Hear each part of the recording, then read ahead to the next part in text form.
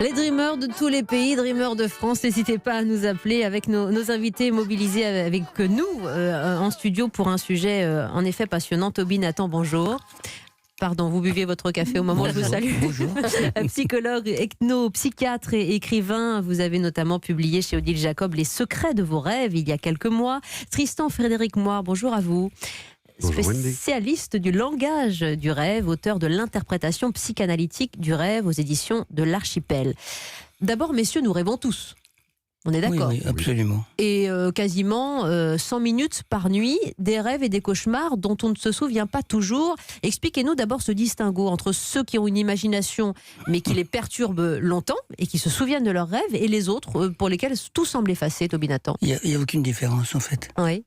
Non, c'est-à-dire que tout le monde rêve, oui, c'est évident, on l'a démontré, il n'y a aucun problème, sauf des très très rares exceptions qui sont dues parfois à une ablation d'un fragment de cerveau, Oui. dans un accident par exemple, bon, c'est très très rare, ou ceux qui prennent certains antidépresseurs qui arrêtent les rêves en fait. Sinon tout le monde rêve sans exception. Alors ceux qui ne s'en souviennent pas, il n'y a pas une grande différence, c'est une question, je pense, de culture et d'apprentissage. Si on a appris tout petit à raconter ses rêves, on continuera à raconter ses rêves toute sa vie. Dans des cultures où il est habituel, c'est même quasi obligatoire de raconter ses rêves au réveil. Tout le monde se souvient de ses rêves. Dans une culture comme la nôtre où le rêve est quelque chose d'en plus, une sorte de scorie de la nuit, etc. À ce moment-là, on a tendance à ne pas se souvenir de ses rêves. Donc c'est réparable. Oui. Et souvent, mon collègue pourra le confirmer, quand on reçoit des personnes en psychothérapie, en psychanalyse, au bout de quelques temps, l'habitude de raconter ses rêves, et ça revient en fait. Ah, c'est une mécanique quasiment. C'est quasiment mécanique, oui, c'est une sorte d'apprentissage en fait. Oui. Très juste, voilà, merci de cette première lecture des choses. Un sujet qui est au cœur de nos vies, Tristan Frédéric Moire, que nous abordons ce matin avec une actualité d'ailleurs toute récente, puisqu'il y a une étude scientifique menée par des chercheurs finlandais, britanniques et suédois qui ont travaillé sur la formation des cauchemars. Et on en parlera avec l'hémisphère droit du cerveau et son activité qui serait liée au cauchemar. L'hémisphère droit qui serait le siège des sentiments négatifs et de la colère. C'est-à-dire que c'est un sujet suffisamment préoccupant et passionnant pour que les chercheurs s'y penchent absolument régulièrement. Alors la neurologie s'intéresse effectivement beaucoup au rêve et à son contenu. Là, ce que l'on peut préciser, c'est qu'effectivement, la culture fait qu'on va pouvoir mieux s'intéresser à ses rêves. Il est évident que quand on consulte, on va déclencher un mécanisme d'intérêt, l'inconscient va notifier qu'effectivement le rêve a de la valeur. Alors, il y a quand même des profils qui sont particuliers, parce qu'il y a les profils sensibles, hypersensibles, et il est évident qu'un hypersensible va avoir une charge émotionnelle beaucoup plus forte. Le rêve est un temps de gestion des émotions.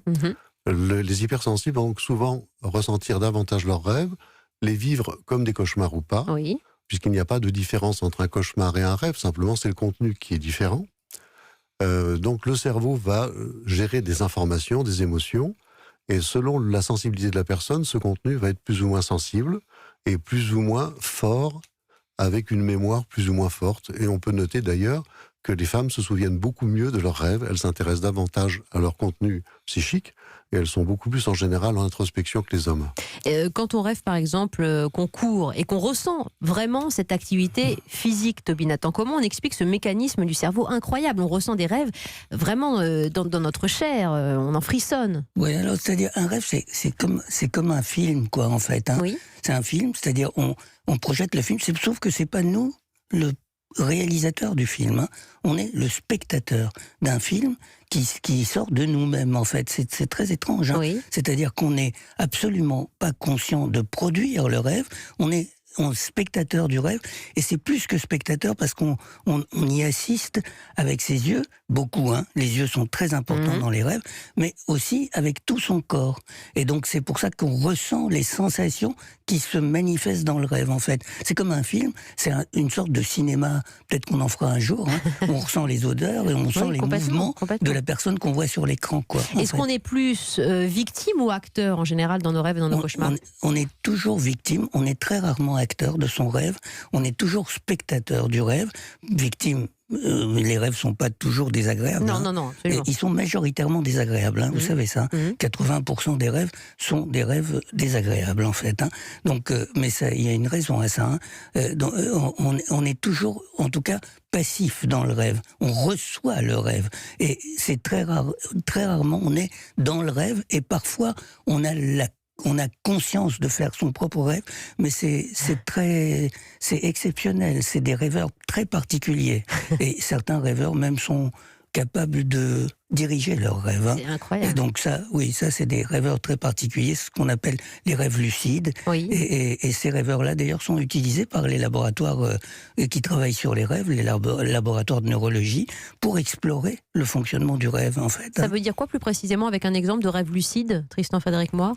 Alors c'est une induction, le rêve lucide, c'est-à-dire qu'on cherche à agir sur le contenu latent du rêve Oui. pour produire des images spécifiques. Alors effectivement, on peut se stimuler, on peut se programmer le soir à induire un thème, à reprendre ce thème dans le rêve, et parfois même à pouvoir agir sur le contenu. Donc sortir de la position passive Oui. pour entrer dans la position active. Mais Là, on est vraiment réalisateur. Hein. voilà, mais donc ça n'a pas grand intérêt, puisque ce qui est important surtout, à mon avis, dans le rêve, c'est le message qu'il nous transmet. C'est-à-dire que ce n'est plus le moi, effectivement, qui est aux commandes, c'est l'inconscient.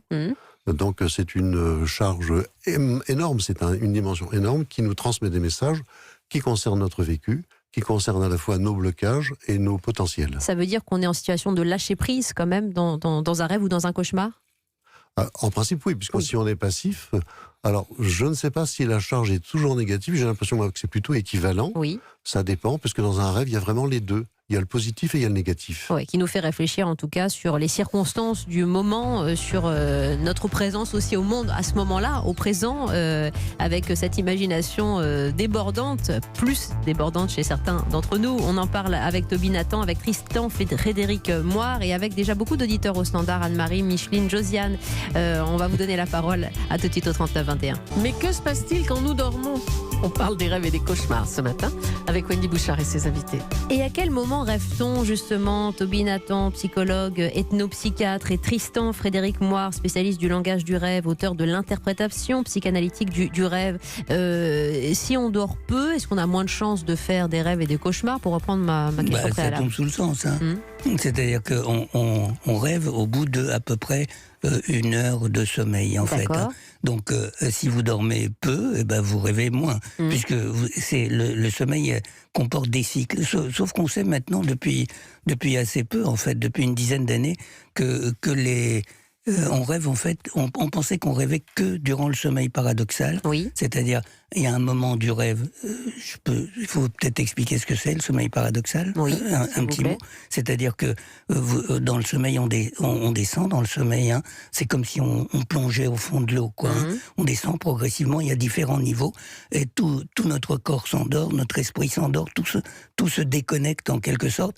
Et à un moment donné, au moment où on est le plus profond dans le sommeil, tout est déconnecté. À ce moment-là, il y a 3 organes qui se réveillent. Il y a le cerveau qui se réveille, les yeux qui se mettent à bouger, et c'est très bizarre, hein. Le sexe aussi qui se réveille. C'est étonnant. C'est-à-dire qu'on rêve quand on a une érection. En fait, une érection pour l'homme et pour la femme. Hein. Je veux dire, c'est les deux. C'est-à-dire que ça s'accompagne nécessairement, c'est dans ces moments-là où on fait les rêves les plus intenses, les plus animés, etc. Mais depuis quelque temps, depuis une dizaine d'années, on a fait des analyses sur toute la durée du sommeil, et on s'est rendu compte qu'on rêve tout au long de la nuit, en fait, hein, à certains moments, y compris dans les moments qui ne sont pas des moments de sommeil paradoxal. Il reste néanmoins que ces moments de sommeil paradoxal, qui sont un sommeil très très particulier, durant ce sommeil, c'est là qu'on fait les rêves les plus intenses, les plus complexes, et ceux dont on se souvient, en fait, au réveil, proviennent du moment de sommeil paradoxal. D'ailleurs, il faut savoir que le sommeil paradoxal, c'est le moment qui précède le réveil, en fait. Hein. Donc un rêve... C'est pour ça qu'on s'en souvient. Parfois, certains nous réveillent. On se réveille avec nos rêves. Exactement. Ouais. Voilà. Y a des rêves de circonstances. Micheline nous écrit, Tristan Frédéric Moir de Paris, je rêve que je pars en vacances et que j'oublie mes bagages. Et je fais ce rêve très souvent. Ça m'interpelle. Je voudrais savoir à quoi ce rêve correspond. C'est plutôt positif. Oui. Puisque les bagages correspondent, si ce sont des valises par exemple, ça correspond au poids du passé. Donc quand la rêveuse débraye, c'est bien qu'elle oublie ses soucis, c'est bien qu'elle oublie ses charges coutumières et qu'elle parte libre. Ouais. Il y a des rêves aussi de profession, vous l'avez eu, qui sont très liés aussi à notre environnement quotidien, Julie. Hein. Oui, bien sûr. On rêve qu'on n'arrive pas à l'heure. Voilà, c'est ça. Moi, je fais souvent un rêve, c'est que je suis à n'est pas l'antenne, là. ma voix ne sort pas, je ne peux plus parler, et puis les notes que j'ai écrites sur mes feuilles disparaissent. C'est-à-dire qu'au fur et à mesure que je lis, ça devient blanc. Voilà, ça veut dire quoi, docteur? Consultez Wendy. Hein. Non, mais ça, par exemple, c'est un stress lié au travail, peut-être. C'est des rêves qui sont très connus, hein. C'est-à-dire que c'est quand on s'entraîne aux catastrophes, en fait. Ah, oui, on s'entraîne aux catastrophes pour que si elles arrivent, on soit déjà équipé, en quelque sorte. Plus vous faites des rêves comme ça, plus vous êtes bonne à l'antenne. Hein. Oui, c'est-à-dire que je fais des rêves affreux, des fois. Ce sont des rêves de gestion d'émotions négatives, effectivement, qui permettent de gérer les situations, tout à fait. D'accord, y compris quand on est dans des spectacles de guerre cauchemardesques, on va en parler avec ces cauchemars récurrents qui sont un peu lourds. Ça, c'est différent. Ça, c'est différent. Les rêves de conflit sont en général liés au vécu de l'enfant qui a assisté au conflit des parents. Ah, au conflit des parents ou au conflit environnemental. Mais souvent, ce sont les parents qui vont marquer le plus le psychisme de l'enfant, et les rêves de guerre, de conflit sont en général des réminiscences de conflits vécus que les parents ont fait devant l'enfant. Ah, très intéressant. Voilà, le poids du passé. Anne-Marie, Josiane, Michel, Isabelle, je vous donne la parole tout de suite. Pardonnez-moi, je voulais poser un petit peu les enjeux avec nos invités spécialistes qui vous répondent dans un instant. La question Facebook du jour. Prêtez-vous attention à vos rêves et cauchemars? Oui, à 54%. Donc c'est presque moitié-moitié. Ouais. Quelques petits commentaires. Lucie nous dit: je suis persuadée que nos rêves veulent dire quelque chose. Sinon, pourquoi en ferait-on?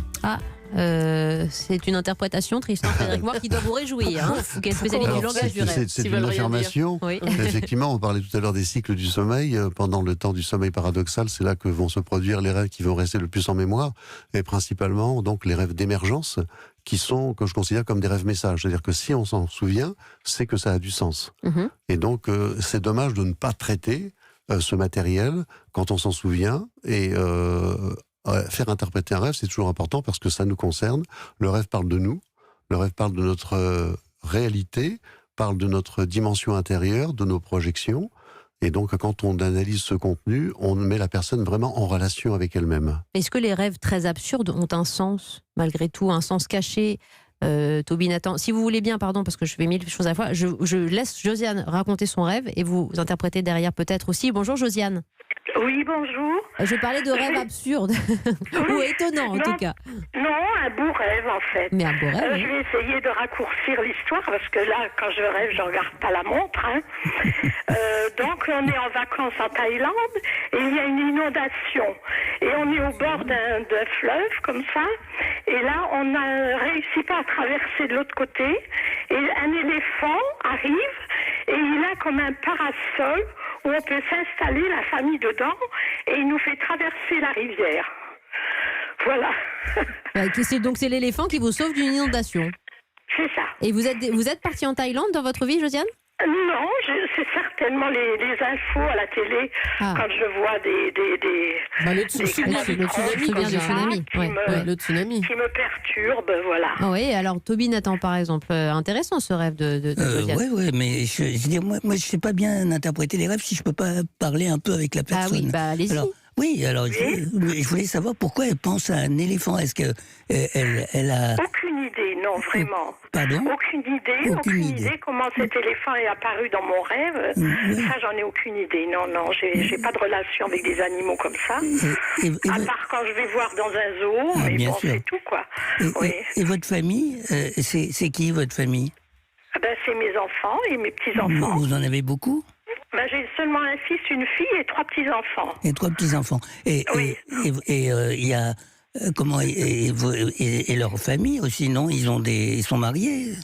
Oui, mes enfants sont mariés, donc puisque j'ai des petits-enfants. Et vous ? Oui. Et vous aussi ? Oui. Vous avez un mari aussi, non ? Je suis divorcée depuis 25 ans. Ah, c'est ça. Ah, voilà, donc... Et il y a une question autour de votre divorce, non ? Non, c'est plutôt moi qui suis maintenant le pilier de la famille, en fait. Ah, c'est ça, voilà. Donc si vous portez tout sur votre dos, quoi. Oui, on va dire ça comme ça. Donc c'est un peu Josiane qui joue le rôle de l'éléphant. Oui, je pense que c'est une histoire comme ça. C'est que vous avez un peu... Je pense que c'est moi l'éléphant. Oui, c'est ça. Bon, je crois qu'on s'est bien compris. Et que c'est vous qui portez tout le monde sur le dos. Ouais. Voilà, vous avez vu juste là. Voilà. Bravo, voilà. Merci Josiane de cet appel et de votre lecture, Toby Nathan. Anne-Marie est avec nous au 39-21. Bonjour Anne-Marie.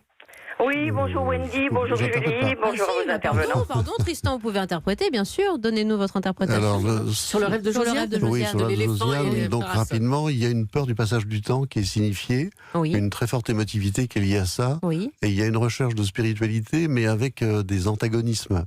Donc là, la rêveuse, effectivement, là, il y a besoin d'interview, il y a besoin de parler avec elle, Oui. mais dans ce rêve, il y a une recherche, la peur du passage du temps l'induit dans une angoisse qui veut lui donner du sens. Et elle recherche le sens, la sagesse que représente l'éléphant.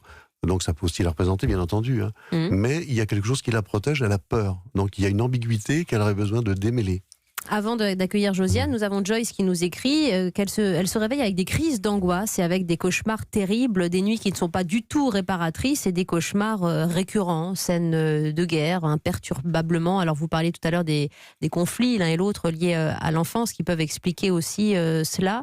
Mais il y a d'autres explications, Toby Nathan, à ces cauchemars terribles et quasiment chroniques. Donc si c'est chronique comme ça, si ça se répète, si c'est aussi intense, c'est que là vraiment il faut s'alarmer, quoi. Hein. Un cauchemar de temps en temps, c'est pas grave. Oui, mais toutes les nuits. Mais toutes les nuits, c'est une catastrophe. Hein. C'est que là il y a vraiment urgence. Hein. Mais souvent, en tout cas déjà souvent, c'est une question. Hein. C'est une vraie question. Et là il faut regarder parce que ça peut être toutes sortes de choses. Ça peut être un désordre de nature physiologique qui s'annonce, mais ça peut aussi être et ça ressemble dans ce que vous dites. Mais je vous dis, moi je peux pas interpréter le rêve de quelqu'un que je connais pas. C'est pas possible. Un peu de généralité. Mais en tout cas, je peux vous dire que ça ressemble à des rêves traumatiques en fait. C'est quelqu'un qui a été mis dans des situations de violence, de conflits violents actuels, hein, pas dans l'enfance, hein, actuels, et que ce traumatisme, on va dire les choses telles qu'elles sont, telles qu'on les pense réellement, ce traumatisme n'est pas résorbé, et donc le rêve tente à chaque fois de le résorber, et c'est pour ça qu'il se répète sans cesse. Et c'est pour ça qu'il est sain de cauchemarder et de rêver, y compris dans ces situations-là, justement pour essayer de retrouver un équilibre, Tristan Frédéric Moir. Comme le dit Toby Nathan, il est surtout sain d'aller voir pourquoi on fait ce type de rêve, à quel traumatisme il correspond. Qui on va voir? On peut aller vous voir, par exemple? Bien sûr, oui, puisque c'est ce que je traite. Oui. Là, effectivement, il y a un traumatisme qui doit correspondre à une sensibilité de la personne, à une faille dans sa construction qu'elle a besoin de voir et qui doit être réactivée par des éléments actuels. C'est-à-dire, il y a quelle méthode aujourd'hui pour essayer de mettre le doigt sur ce qui ne va pas et surtout pour résoudre et pour apaiser un peu les nuits? Vous avez des méthodes particulières? Par la connaissance du langage du rêve, on va voir quelles sont les images, les symboles qui sont produits. Oui. Et on va travailler sur ces images et donc travailler en interview, effectivement faire associer après la personne par rapport à ce qu'elle voit, sachant quand même que chaque symbole, chaque image a une valeur très particulière qui, quand elle est mise dans un contexte précis, a un sens très fort. D'accord. Et en faisant interpréter aussi ces cauchemars ou ces rêves à la personne, vous pouvez l'en décharger un peu du poids. Voilà, c'est exactement ce qui va se produire. Là, ça se voit très bien chez les jeunes qui me consultent, qui ont entre 12 et 16 ans. C'est le moment où ils accueillent le plus facilement les informations que va véhiculer le rêve. D'accord. Parce qu'ils n'ont pas de blocage, mais par contre, le rêve, l'interprétation du rêve va permettre de mettre des mots sur ce qu'ils ressentent. Et c'est ça qui est important, c'est de gérer le ressenti, les émotions de la personne qui rêve, de la permettre de gérer ces informations pour comprendre logiquement. C'est-à-dire que, je le répète, le rêve est un moment de gestion d'émotions très très fort. Et quand on arrive à traiter de façon logique, donc avec son cerveau gauche, les émotions qui viennent du cerveau droit, on arrive à gérer, à relativiser, à comprendre, donc à se développer beaucoup plus harmonieusement. Tristan Frédéric Moir, qui est spécialiste du langage du rêve, est avec nous, ainsi que Toby Nathan, ethnopsychiatre, psychologue, auteur des secrets de vos rêves. On fait une petite pause avec beaucoup d'auditeurs qui témoignent, qui ne se souviennent jamais de leurs rêves, ni de leurs cauchemars d'ailleurs, et ils me demandent si c'est grave. Anne-Marie va réagir, ainsi que Catherine, Rémi, énormément d'appels au standard. On va essayer de vous répondre le plus précisément possible. À tout de suite sur Europe 1. Julie connaît cette chanson sur le rêve par cœur. Beverly Brothers. Absolument. Right.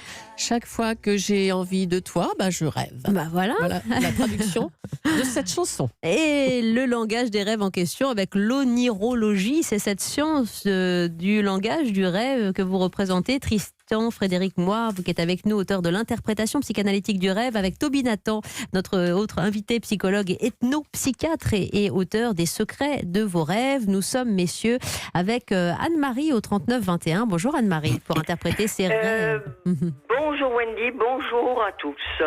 Bonjour. Alors on vous écoute, chère Anne-Marie, le temps de dire que le rêve est indispensable à notre équilibre mental, que tout le monde rêve et que nous ne sommes pas forcément tous réceptifs aux messages envoyés ni à son interprétation, à leur interprétation.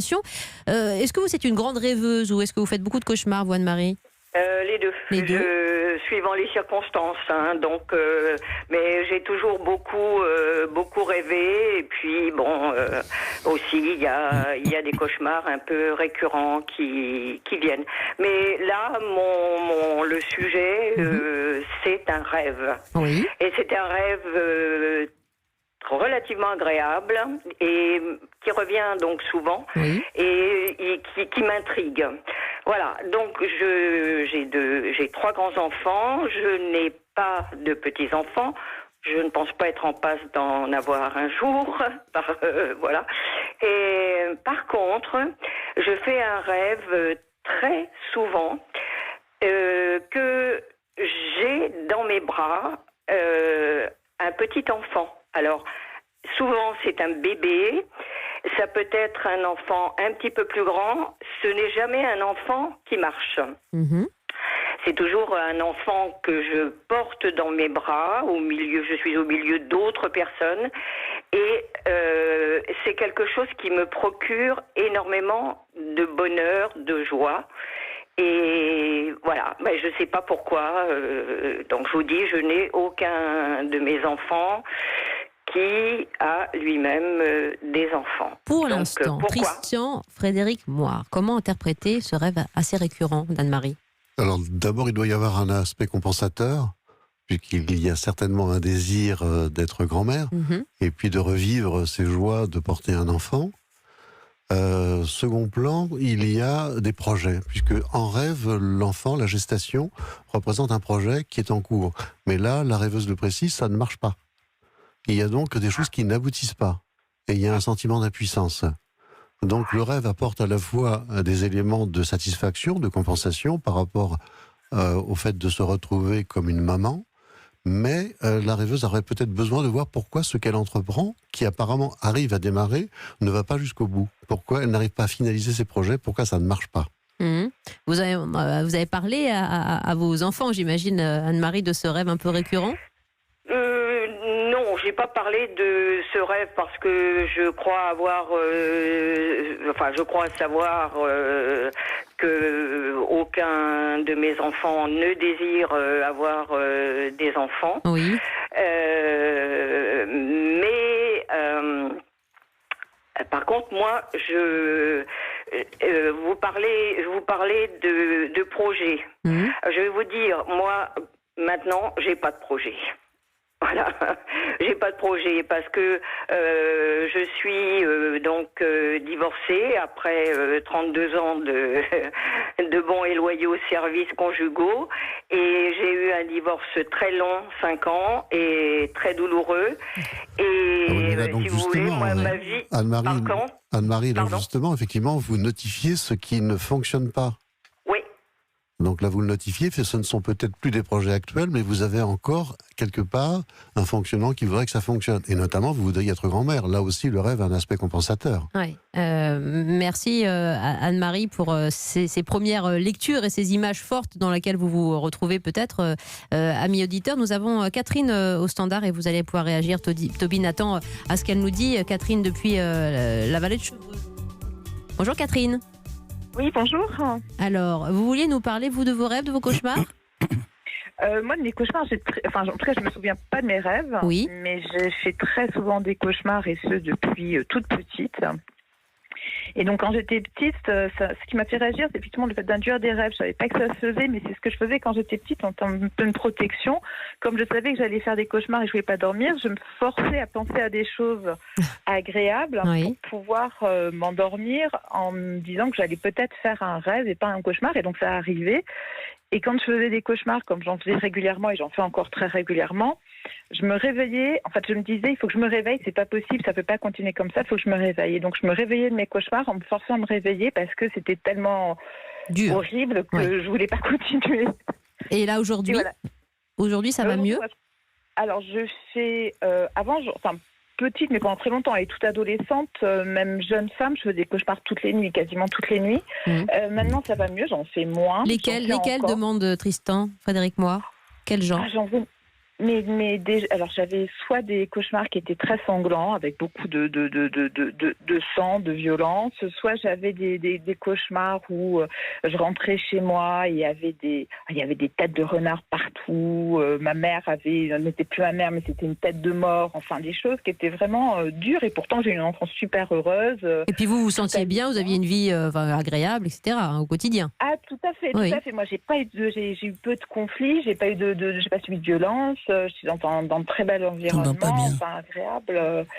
Mais c'était vraiment plutôt ce que je ressentais moi. Et aujourd'hui encore, je fais de nombreux cauchemars qui me réveillent la nuit. Je suis très angoissée, donc je me rendors pas après parce que je veux pas retomber dans les cauchemars.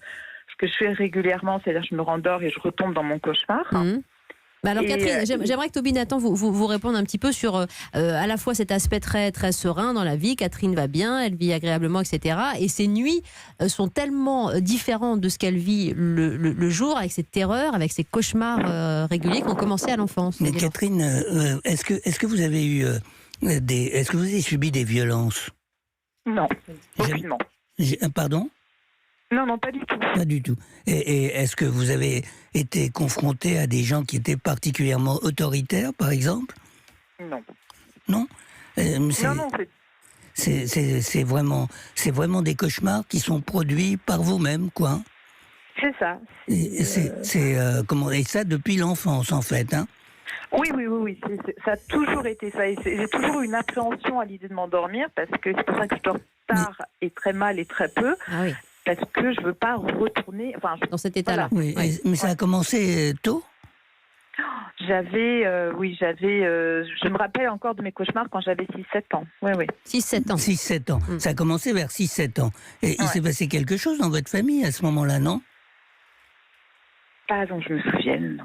Rien qui m'ait marqué suffisamment pour m'en souvenir aujourd'hui. Un déménagement, peut-être? Non, ça a été plus tard, le déménagement. C'était quand, le déménagement? J'avais une dizaine d'années, 8 ans, je pense. Ouais. Alors, le déménagement a accentué les cauchemars. Ça, j'en avais beaucoup dans le lieu où je vivais, avec des attaques, des choses comme ça. C'est ça. Et votre environnement a brutalement changé, c'est ça? Brutalement. Alors, ce qu'on appelle brutalement quand on a 6 ans, en fait, je suis restée dans la même ville, j'étais à la même école, mais c'est vrai qu'à partir du moment où je pense qu'on change d'environnement quand on est petit, c'est ça. Et donc, il y a eu des moments où vous êtes senti insécure, comme ça, c'est ça? Et pas tout à fait à l'aise, quoi, dans votre existence. Vous avez pas... Hein? Sans doute. Mais j'ai l'impression qu'en fait, c'est rien par rapport à la violence de ces cauchemars. Oui, c'est ça, les cauchemars sont extrêmement violents. Hein. Mais on sent votre progression intellectuelle, Toby Nathan, juste parce qu'il faut faire une petite pause. Tristan, Frédéric Moir, vous rejoignez l'interprétation ici. Ce qu'on peut noter quand on écoute la personne, c'est une angoisse par rapport au contenu même des cauchemars.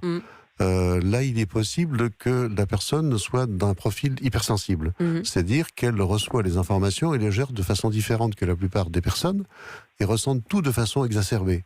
Ce qu'on a pu noter aussi, c'est ce besoin de parler que la personne exprime. Donc là, je ne vois pas pourquoi vous ne consulteriez pas, parce que vous avez un besoin énorme de consulter. Vous n'osez pas parler du contenu. Là, j'ai noté notamment qu'il y a une perte d'énergie avec le sang. Vous avez des pertes d'énergie qui sont liées à ce contenu du sang, émotionnel. Des têtes coupées, Voilà, le sang, c'est l'énergie. Donc, s'il y a du sang partout, c'est qu'il y a des pertes. Il y a des peurs qui sont marquées que vous avez besoin de gérer. Donc, vous avez besoin de tenir vraiment compte de votre nature. Vous êtes hypersensible apparemment et vous avez besoin de parler. Et ben voilà, Catherine, vous avez commencé à le faire sur cette antenne. Vous avez été écoutée, donc poursuivez aussi cet échange pour vous comprendre davantage, car comprendre ses rêves, c'est peut-être se connaître un peu mieux soi-même. Toby Nathan et Tristan Frédéric Moir ont fait encore le tour de ce sujet jusqu'à 11h. Merci de vos appels très nombreux au Standard d'Europe 1. La question Facebook, c'était prêtez-vous attention à vos rêves et cauchemars. Et là, il faut vraiment que je vous lise le petit message de Julien. Je n'ai pas le temps de rêver. Alors, est-ce que c'est poétique simplement ou est-ce que c'est possible Tristan, Frédéric Moire et Toby Nathan. Alors, il est évident que quelqu'un qui est hyperactif, un homme est moins enclin à se souvenir de ses rêves. Hein. Donc effectivement, si ce monsieur n'a pas le temps de rêver, c'est qu'effectivement il est accaparé par le réel, ou ce qu'il considère être le réel, et qu'il s'engouffre dedans. Donc dès qu'il se réveille, au lieu de tenir compte de son baromètre, l'érection, puisqu'effectivement, comme disait Toby Nathan, chaque fois que nous rêvons, nous sommes en érection, au lieu de tenir compte de ça, il va sauter dans ses obligations, son désir de vie, et peut-être qu'il est vraiment très très bien. Puisque souvent, quand on ne se souvient pas de ses rêves, c'est que soit on est en phase dans sa vie, ou alors on est dans un processus de censure parce que le contenu est trop dérangeant. Quand on a une période où on ne se souvient pas des rêves, en effet, et que tout d'un coup un rêve ou un cauchemar revient, c'est qu'il faut analyser cette petite rupture qui peut être liée à un déménagement, un changement de vie. Il faut être très à l'écoute finalement de ce que notre inconscient nous dit. Alors pas trop, mais noter au moins un rêve par semaine, ça c'est vraiment important, et essayer de savoir ce qu'il veut dire, ça c'est utile. Vous pouvez, une fois qu'on vous a consulté l'un et l'autre, nous donner les clés pour essayer de mieux interpréter justement ces rêves-là, d'autant plus s'ils sont récurrents d'ailleurs, s'ils signifient quelque chose de fort. C'est-à-dire mieux nous connaître en connaissant nos rêves, on peut le faire aussi personnellement. C'est plus difficile parce que le langage du rêve est codé. Le langage du rêve est quand même un mensonger dans sa forme première. Donc là, c'est ce qu'on appelle la corne d'ivoire, c'est-à-dire que dans la mythologie, on considérait qu'il y avait deux types de rêves. Il y avait les rêves de la porte de la corne et les rêves de la porte de l'ivoire. Les rêves de la porte de la corne, c'est ceux qui disent la vérité, qui prédisent le futur. Prédire le futur, ça n'a aucun intérêt. Ce qui est intéressant, c'est savoir ce qui se passe dans notre vie, au moment présent, et comment le passé peut interférer dans notre réalité. Donc, la porte d'ivoire, c'est les rêves mensongers. C'est-à-dire ceux qui se présentent effectivement comme des mensonges. Ils ne correspondent à rien. Mais le rêve dit toujours les choses de façon analogique et va toujours prendre des détours pour échapper à la censure du surmoi. Je vais vous lire le rêve de Léa de Versailles. Un rêve qu'elle faisait plus petite, mais très régulièrement. Elle s'avance vers un canyon. Plus ça se resserre, plus elle devenait petite. Et parfois, des oreillers venaient la serrer. Sa maman lui a dit qu'elle était née par forceps. Et une fois qu'elle a eu sa fille, elle n'a plus jamais fait ce rêve à nouveau. Et elle aimerait savoir ce que vous en pensez, Tristan Frédéric. Alors effectivement, il y a une mise en scène qui est celle du sexe féminin, le canyon. Et il y a un souvenir traumatique qui a pu disparaître. La charge négative accumulée dans son psychisme a pu se libérer au moment où elle est devenue elle-même mère et qu'elle a mis autre chose en place. Très intéressant. Est-ce qu'on peut dire, Toby Nathan, que nos rêves sont l'expérience de la pensée quand on dort, d'une certaine manière? C'est absolument, mais c'est un autre type de pensée. C'est-à-dire que l'intérêt du rêve, de plus en plus, on se rend compte que c'est un intérêt cognitif, en fait. C'est-à-dire qu'il y a une façon de chercher des solutions qu'on n'a pas, qu'on n'arrive pas à trouver dans la vie éveillée, en fait. Donc les rêves font des sortes de rebousculent, redistribuent les cartes, parce que on a des habitudes de pensée. Dans le rêve, ces habitudes de pensée sont fracturées et on rebat les cartes, on redispose les choses autrement et on fait des plans nouveaux. C'est pour ça que être attentif à ses rêves peut donner des pistes nouvelles, surtout quand on est coincé. Cela dit, le rêve, normalement, accomplit sa fonction sans qu'on l'interprète. C'est quand on bute sur un problème qu'il est indispensable d'interpréter les rêves. Oui. Sinon, normalement, un rêve accomplit sa fonction, on se réveille et puis tout va bien. Je veux dire, c'est comme ça la vie normale. Dominique et Sylviane ont des questions pour vous juste après la pause. Toby Nathan et Tristan Frédéric Moire, auteurs aux éditions Marie-Claire de Mieux se connaître grâce à ses rêves, justement. Voilà, qui vous en dira davantage. À tout de suite. Dernière partie de l'émission consacrée aux rêves et aux cauchemars. Comment ils nous racontent? Et est-ce qu'ils sont liés forcément aux émotions de la journée? En partie, Tristan Frédéric Moire? Oui, le rêve utilise beaucoup le matériel résonant qui s'est produit dans la journée ou les jours précédents. Mais si on rêve de quelque chose, c'est que c'est en résonance vraiment avec un élément intérieur. Si on a vu un cheval dans la journée et qu'on en rêve, c'est que ça représente quelque chose pour nous. Parce qu'on ne rêve pas de tout ce que l'on a vu. Mais le rêve fait feu de tout bois et se sert du matériel présent de façon la plus intense. Il va essayer de nous communiquer des choses, parce que quand on a vu une forme qui est symbolique, elle va entrer en résonance et donc elle va réveiller quelque chose chez nous, elle va vibrer émotionnellement. Il y a des rêves qu'on peut considérer un peu anecdotiques, mais qui ont certainement beaucoup de sens. Dominique nous écrit qu'il fait un rêve de manière récurrente, il mâche un chewing-gum, mais il n'arrive pas à l'enlever, il reste collé à ses dents. Donc bon, il y a la symbolique des dents dont on parle assez régulièrement. Comment vous interprétez ça ? Alors là, il y a deux angles, puisque effectivement, les dents, c'est un thème, c'est le lieu commun des rêves. Tout le monde rêve de problèmes de dents, qui perd ses dents, que les dents sont friables, qu'elles se déchaussent. Les rêves de perte de dents, dans la tradition populaire, sont liés à des décès. Non, ça peut être un peu ça. Simplement, le rêve signale que nous avons une perte de vitalité parce qu'on est en état de stress. Et que donc nos défenses sont atteintes. Les dents, c'est fait pour mordre dans la vie. Et donc dès qu'il y a des problèmes qui sont signifiés quand on voit des dents qui sont abîmées en rêve, ça veut dire qu'on met notre vitalité en danger par du surménage par exemple. Et qu'à long terme, ce qui risque de se produire, c'est qu'on va perdre nos dents. C'est une usure. Voilà, c'est plus qu'une usure, c'est une dégradation, puisque là, si vous regardez par exemple les tableaux d'autrefois, à partir de 35 ans, les gens ne sourient plus parce qu'ils n'ont plus de dents. Parce qu'on n'avait pas de dentiste à l'époque. Et effectivement, les dents étaient attaquées très rapidement. Le chewing-gum peut représenter des choses que l'on rabâche, que l'on répète. Et donc des choses qui n'arrivent pas à se sortir. Donc là, le besoin de parler et de consulter est évident. La personne a besoin de faire sortir des choses qu'elle n'arrive pas à avaler. Déjà d'une part, parce qu'un chewing-gum, ça s'avale pas. Et qu'elle n'est pas à cracher non plus. Donc si elle ne peut pas le faire dans le réel, avec un spécialiste, ce serait peut-être mieux. Quel crédit vous portez ? C'est fou ce qu'on peut lire dans le chewing-gum. C'est génial. Vous ne le verrez plus de la même manière maintenant. Quel crédit vous portez-vous, Toby Nathan, aux rêves qu'on dit prémonitoires, avec des images comme ça, un peu des flashs Je pense que tous les rêves sont prémonitoires. C'est-à-dire que puisque c'était ce que je vous disais, le rêve fait des plans sur l'avenir. Donc forcément, ils contiennent une sorte de prévision, voire avant, quoi. Mais qui se réalise ou pas ? On fait en sorte qu'il se réalise, puisque c'est nous-mêmes, on fait un plan, en fait, on fait un plan. Et donc c'est un plan, on est en train de... En fait, dans un rêve, on fait une sorte de brouillon du lendemain. C'est-à-dire qu'on est en train de se dire, demain je vais affronter tel problème, et donc on est en train de fabriquer un plan pour le lendemain. Donc ils sont tous un peu prémonitoires, en quelque sorte. Il y en a qui tombent pile. Et on se dit, on a été informé de quelque chose d'incroyable, surtout quand il ne s'agit pas de nous. C'est-à-dire, on rêve d'un accident et l'accident se produit, pas pour nous, pour quelqu'un d'autre. Et ça, ces rêves-là, qui sont faits pour quelqu'un d'autre, c'est des rêves extrêmement intéressants. Moi, je pense qu'il faut y attacher une importance toute particulière. Il ne faut pas du tout prendre ça à la légère. C'est des choses importantes. C'est-à-dire que dans les rêves, il n'y a pas que soi. Oui, absolument. Il n'y a pas que soi, il y a aussi, on rêve pour des gens aussi. Oui, pour des gens et pas forcément de notre entourage. Oui, exactement. On rêve pour des gens et parfois des gens qui sont éloignés de nous, en fait.